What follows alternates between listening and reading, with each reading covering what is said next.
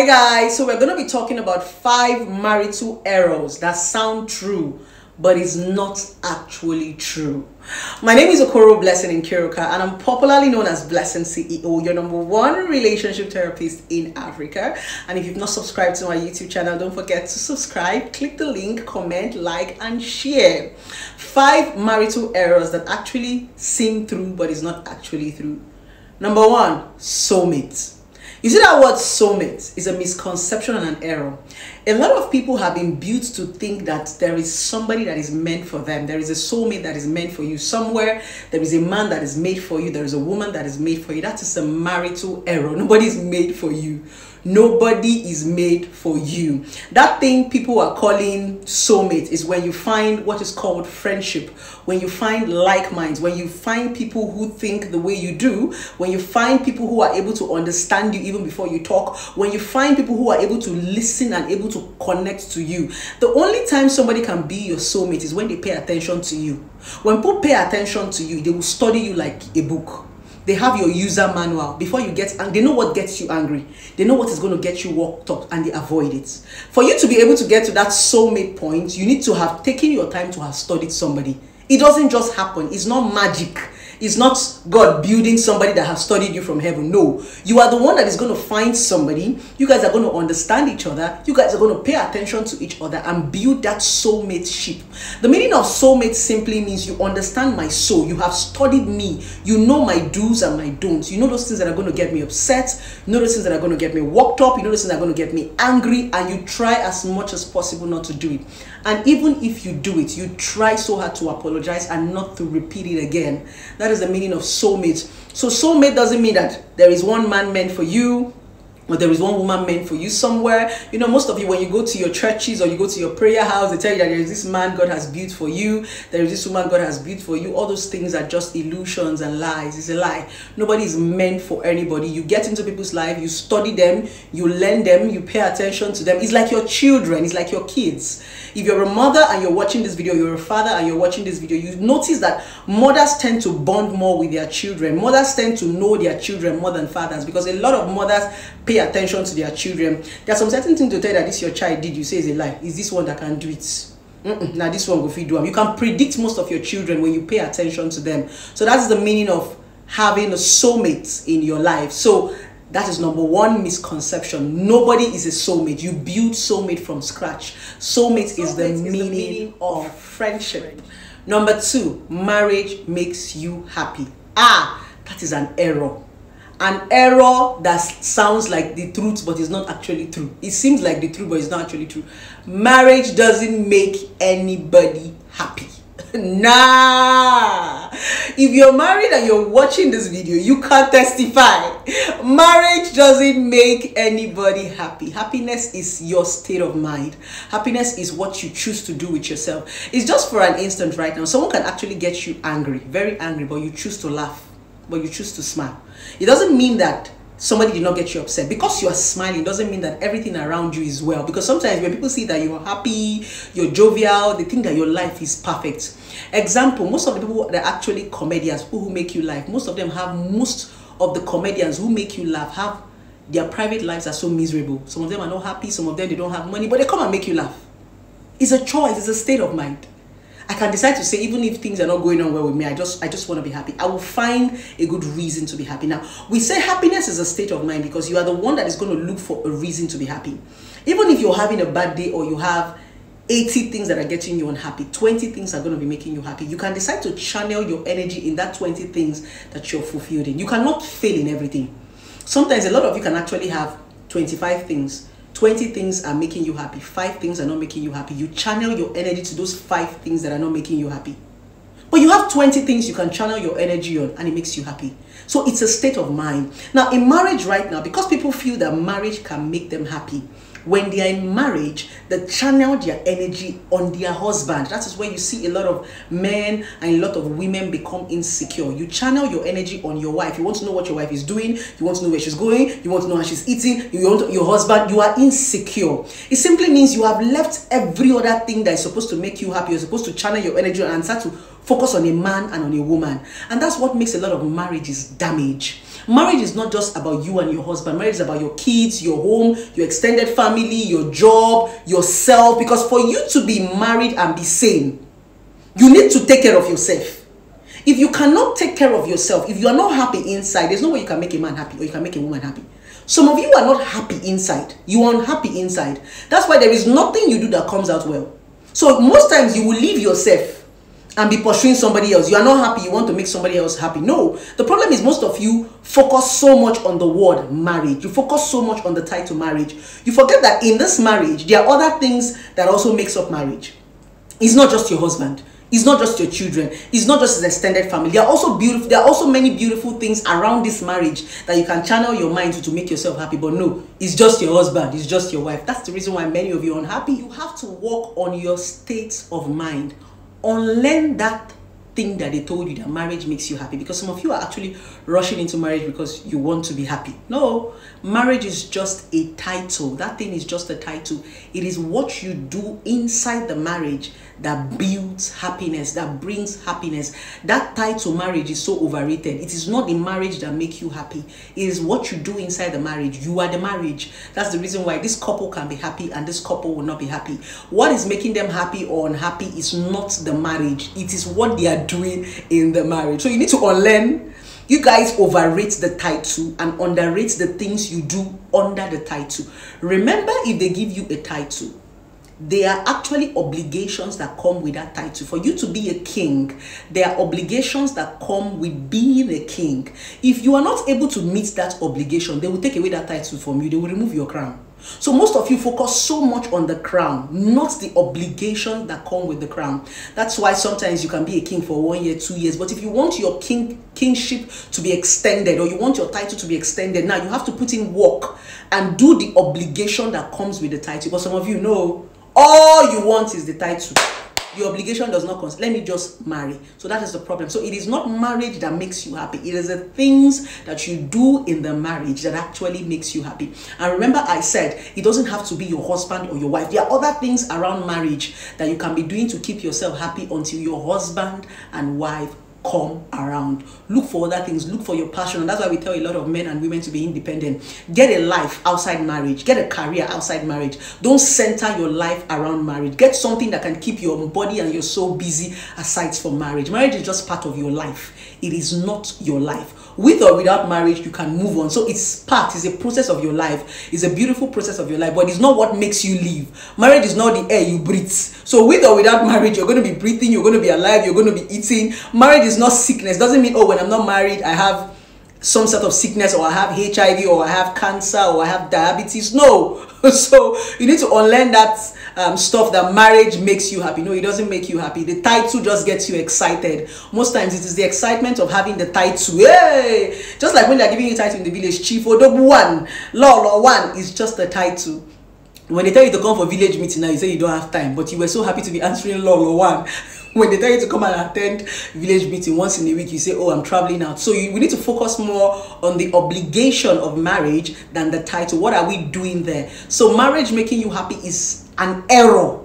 If you've ever learned that, please unlearn it, drop it. It doesn't make you happy, except when you get into the marriage, you will be disappointed. A lot of you watching this video that are married are actually disappointed because you thought marriage made you happy, right? Aren't you? Number 3. Errors that sound true about marriage but are not actually 3. Number 3 is endure marriage. Nope. Nobody endures marriage. Unlearn it. Unlearn it. It sounds true, but it's not true. You cannot endure marriage. Endurance comes in when you cannot change something. You endure the things you don't have the power to change.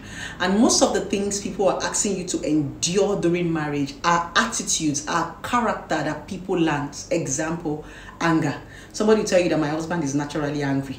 My wife is not. That's how she is. That's a lie. Anger is a learned habit. You can unlearn it. That's the reason why your husband that have anger issues does not take that his anger issues to a certain place. He knows where to respect himself. He doesn't take it to his office. He doesn't take it to his boss. He doesn't take it to the bank. He doesn't take it to the hospital. When he gets to a certain place, he'll be patient. There are some men that when they get to their houses, they're shouting, "Where's my food? Where's my food?" They are screaming at their wives. Their wives are running head-to-scatter. These same men will go to fast food, will go to restaurants and wait for 45, 30 minutes and be gisting, and be eating granuts, and be eating small chops while they are waiting for the meal. Yes, I've been to a restaurant where we waited for 50, 55 minutes. And I actually asked my man that day, because he's somebody that used to claim he has anger issues. I told him, "Baby, how come you could wait 55 minutes for a food without even..." If I was even the one that was not complaining. He said, "Baby, don't worry, they are taking their time. But if he's at home, he'll be upset that I was supposed to make the food before he came now." And I'm like, if I make the food, it could get cold. I don't want to come and start microwaving. I want to make it fresh. I told him, you could be patient for 55 minutes. And this food I want to make for him doesn't even take up to 55 minutes. Because I would have done everything before he's coming. And he's like, "Baby, it's true." Now you see that anger is a learned act. Yes, it's because we tolerate it, it's because people have told us to endure it. Now, this word endurance has birthed so many bad attitude. A lot of our husbands and our wives have become who they are, have become narcissists, toxic, because of the things that we have endured. We have been built, we have been channeled to endure. Endure anger, that is how it is. That is not how it is. Every attitude and character that we have today are things that we learned either in our environment, how we grew up, our parents. We cannot learn it. So anybody that is telling you to endure marriage, be you a man, be you a woman, that is an error. That is a no. You don't endure marriage. There is nothing like endure. I'm going to rather say tolerate. Tolerance simply means I'm giving you time to change. And while I'm giving you time to change, I'm going to be complaining about the things that you're doing, giving you the time to change. Complaining bets change. I'm complaining about something and you love me. It simply means you want to change. That is what it is. So we need to know the difference between endurance and tolerance so that we know where to build the gap and where to press the stop button. I'm going to tell you, don't endure anybody. You can tolerate people. When you tolerate people, you're giving them time to see if they are going to change. And don't forget that this change comes from your complaint, because complaint simply means you're telling someone, "Baby, I don't like this thing you're doing." It is your complaint that is not going to bet change when they love you. So that is where tolerance comes in. It simply means I'm tolerating you and giving you time to change, because you know that this thing that you're doing is affecting me, and that's what I'm complaining about. Don't endure any marriage. Marriage is not about endurance. That thing is something you need to unlearn and relearn. Please don't endure any marriage. And number 4 error that sounds like true and that is not actually true is a wise woman build her home.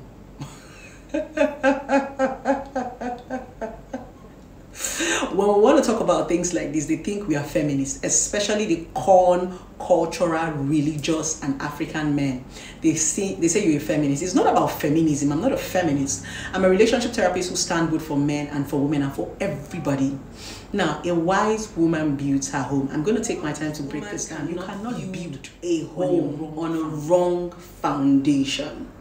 If we want to talk about marriage as a house, men are the foundation that a woman would have to build on. So no matter how wise you are and your foundation is not right, there is nothing you build on it that will stand. So that is where we need to unlearn that and relearn something. I think a lot of you actually twist the Bible to suit you. Before a wise woman can build a home, a man have to build a solid foundation. And that's why the Bible said, "Men, love your wife," and women, respect your husband. There have to be a solid foundation before she can build. Society have been able to project men to just relax and not do anything, and the woman should be killing herself. Now the point is, a lot of women that have been killing themselves to build a house, it keeps crumbling. It can only work when the man says, "Okay, a woman is coming to build a home on top of this foundation. Let me make it work." So what do? They make sure that the foundation is solid, because it is foundation that carries the house. If your foundation is not solid, nothing you want to build, if you want to pray from now to tomorrow and quote the Bible, it's not going to work. So a wise woman building her home doesn't mean that you should be building on a wrong foundation. So men, please, if you want a wise woman to build a home for you, you need to make your foundation solid. Stop making marriage difficult for women, because sometimes A lot of men make marriage difficult for women. That's the honest truth, because many of you men are not doing anything. You are just sitting down there and expecting the woman to build. Don't forget, this Bible also said that women are the weaker vessels. So where do you want us to get strength from? When we will build home, we will have children, we will go to the market. You know, so many things. Now, if people are now asking women, what are you bringing to the table? We will still go out and go and walk, chase our passion and bring something to the table. Okay, where is the energy to come and be building home? Help us. All we are appealing to the handsome men out there is just unlearn that projection that African mentality has given to you. Unlearn that projection that society have given to you, that you just relax and be watching a woman striving, suffering. No, at least assist us to build a solid foundation, to be able to sit a good home. We are ready to build the home. We have accepted that we are supposed to build a home, but please, before we build this home, no matter how wise we are, no matter how smart we are, no matter how rich we are, no matter how independent we are, and you do not give us a solid foundation to build on, it's going to be hard. You're going to be crumbling our efforts. So please, a wise woman building the home, it's an error. A man has to set the strong foundation for a woman to build. So man, this is an appeal for you to set a good foundation for us to build a home on top of it. Number 5, all men cheat. No, that is a marital error that sounds like true, that is not true. All men do not cheat. I take exception to that. All men do not cheat. We could just say some men cheat, but all men do not cheat. We still have family men, we still have men with values, we still have men with boundaries, we still have men with principle. Not all men cheat. Unlearn that stuff and relearn it, please. Now, let me tell you something. It's because, let me give you an instance as a relationship therapist. People don't like to share good news. They prefer to share bad news. Now, good news don't trend as much as bad news do. For every bad news you hear, there's a good news behind it. And for every good news you hear, there's a bad news behind it. But people prefer to project bad news. Good. Now, when you're hearing all men cheat, all men cheat, all men cheat, a good man is underrated. That is the reason why they are not being exalted and praised. You don't see a lot of women praising their men or appreciating their men, the good ones. It's only when the man makes error. People tend to praise mistake a lot. People tend to project mistake. They drag your mistake. When you're doing something good, they will not trend you. When you're doing something good, bloggers will not carry you. News will not carry. In fact, when you even do something good and you want people to know, you have to pay for it. You have to go and pay radio stations, pay news for them to project the good things you're doing. But when you do bad things, they will help you publicize it free of charge. That's why it looks as if bad things are more. No, bad things are not more. They are still good things. But people don't want to project the good ones because they feel that good things are boring. So they are good men. They are men that don't cheat. But you hear more of the cheating one, because when your own husband is not cheating, when you have a good man, you will not appreciate him. You will not come and talk. When your husband is good, you will not come and say, no, I married a good man. It's only when he makes one mistake, the whole world you hear it. You will not tell your family members, oh, this man was nice, oh, this my husband was taking care of me. It is when he just makes one mistake. It is that one mistake that you project, propaganda, expand, and that's why it begins to send a narrative that every man cheats. No, not all men cheat. The only thing is a lot of women celebrate cheating in this part of the world. And like I said it in a couple of my videos, a lot of women are insecure. A lot of women don't have identity. So even when they see a good man, it's too good to be true. When a woman even see a good man, she doesn't even believe that he's a good man. Yes, she still has some, it can't be true. That this man can't be this nice. It can't be only me. He has other girlfriend. She starts to search. She starts to scroll through his phone. She starts to dig up things that don't exist. She starts to hurt herself. Some women don't give themselves peace of mind. They are their own punishment. That's the honest truth. So a lot of women don't even know how to identify. Women do not even know how to identify a good man to start with. So many women are the cause of their problem. A lot of people tend to say all men cheat because many women are actually insecure. Even if they are with a man that does not cheat, in their head, they are already thinking that the man is a cheat. This man cannot just have only me. There are other fine girls. My ass is not so big, my boobs are not so big, he might see a bigger boobs. So most times the insecurity is within yourself. It is not even the man. right? So there are men that still have core values and do not cheat. So these are the 5 marital errors that sounds like truth that is not actually true. So we need to unlearn it and relearn something new. There are still lots of errors, but I had to project these 5 errors. So if you come across this video anytime, any day, any year, please unlearn it. Drop all these norms, drop all these cultural values and religions that you had. Unlearn and relearn. Most times marriage and relationship becomes so hard because we refuse to unlearn and relearn. We still want to be going with those old projection of 10 years ago and want to imbibe it in 2020 and 2021. It's not going to work. So you need to be able to drop most of your norms and unlearn and relearn. Like I used to say, marriage is not that hard. Marriage is the most beautiful thing that can happen to you. Trust me. Trust me, like marriage is beautiful. But a lot of you do not have the right manual for marriage.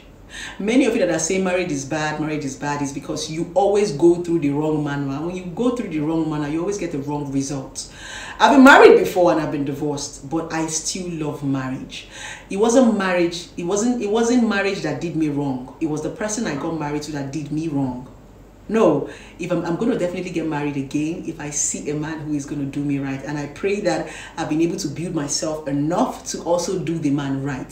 So marriage is not the problem. It's the people that you are marrying, the manuals that you are following, that is the problem. So let's stop making it look as if marriage is scary. No, it is not marriage that is scary. It's the people you are marrying that are scary. It is the people you are choosing. Your choices are the scary choices. It is the pattern you are following that is scary, because a lot of you want to get married, you don't want to adjust, you don't want to change, you still want to be living your life like a single man and a single woman, and you are saying marriage is hard. No, you are the one that is hard, because you say you want marriage and you don't want to adjust. It's like being a mother and saying you don't want to adjust. It's like being pregnant and still want to wear the clothes that you are wearing when you were not pregnant. You want to kill the child, you're going to kill the child. So when you say you want to be pregnant, you already understand that your body is going to change, your hormones is going to change, your looks are going to change. You already know that, so you prepare for it. So when most of you just want to jump into marriage and still be young. No, when you're getting married, you must make sacrifices. You must let some certain things go. You must unlearn and you must relearn. And marriage is going to be very, very easy. I love you guys. Don't forget to subscribe to my YouTube channel. Click the link on the bio. Have a wonderful day.